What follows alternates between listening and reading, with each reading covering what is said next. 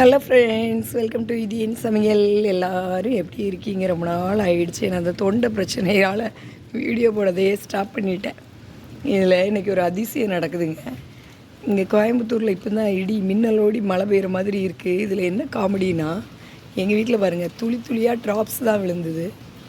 பக்கத்து வீட்டில் அந்த சைடு பார்த்தீங்க அப்படின்னாச்சுன்னா, அவங்க செவுரு பூரா மழை பெஞ்சு நனைஞ்சி போச்சு. எங்கள் அவங்க வீட்லேயுமே பாதி செவுரு ஃபுல்லும் நனைஞ்சி, மீதி செவுரு இதெல்லாம் நனையாமல் இருக்குது. துளி மட்டும் இங்கே பட்டிருக்கு. அந்த சைடு பார்த்திங்கன்னா அப்போதே பயங்கர ஸ்பீடாக மழை பெஞ்சுது. இங்கே மழையே பெய்யலை. இப்போ தான் இங்கே பாருங்க, துளி துளியாக தான் உழுது. என்ன காரணம்னு தெரியல. கோயம்புத்தூரில் நிறைய அதிசயம்லாம் நடக்குது. கரண்ட் இல்லை, வீட்டில் இருட்டாக இருக்குது. ஆனால் இந்த சைடு மழையே பெய்ய மாட்டேங்குது. சும்மா அங்கே பாருங்க, துளி தான் விழுது. அங்கெல்லாம் பார்த்தி ஐயோ மின்னுது, பயங்கரமாக மின்னுது. அந்த சைடு பயங்கர மழைங்க. கொஞ்ச நேரத்தில் அந்த பக்கம் பார்த்திங்கன்னா அவ்வளோ மழை பெஞ்சிருக்கு. இங்கே பார்த்தா இன்னும் மழை தான் பெஞ்சதுன்னா ஃபுல்லும் நனைஞ்சிரும். துளி விழுது. ஒருவேளை அந்த மேகம் கூடுத இடத்துல மட்டும் விழுதா என்னன்னு தெரியல.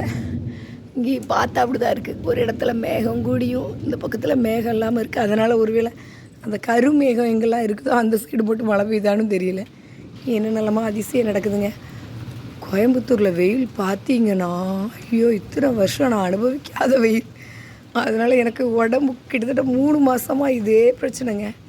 இப்போ தான் கொஞ்சம் பரவாயில்ல, கொஞ்சம் துளி விழ ஆரம்பிச்சிருக்கு. பார்க்கலாம், கடவுளே, விழுந்தால் தான் கொஞ்சம் குளிரும். அது என்னென்னா, கோயம்புத்தூரை பொறுத்த மட்டுக்கும் இப்போ ஒரு நாள் மழை பெஞ்சதுன்னு வச்சுக்கோங்களேன், ஒரு 3 நாளைக்கு ஊர் அப்படி ஜில்லுன்னுட்டு இருக்கும்.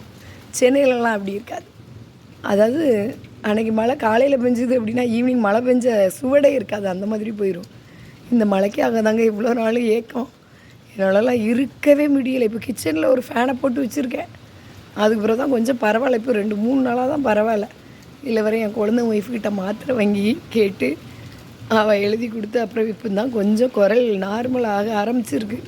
3 நாளாக மாத்திரை போட்டுக்கிட்டு இருக்கேன். இன்னும் நிறைய வீடியோ இருக்குது போடவே முடியல. முக்கி எங்கே பேசுகிறது.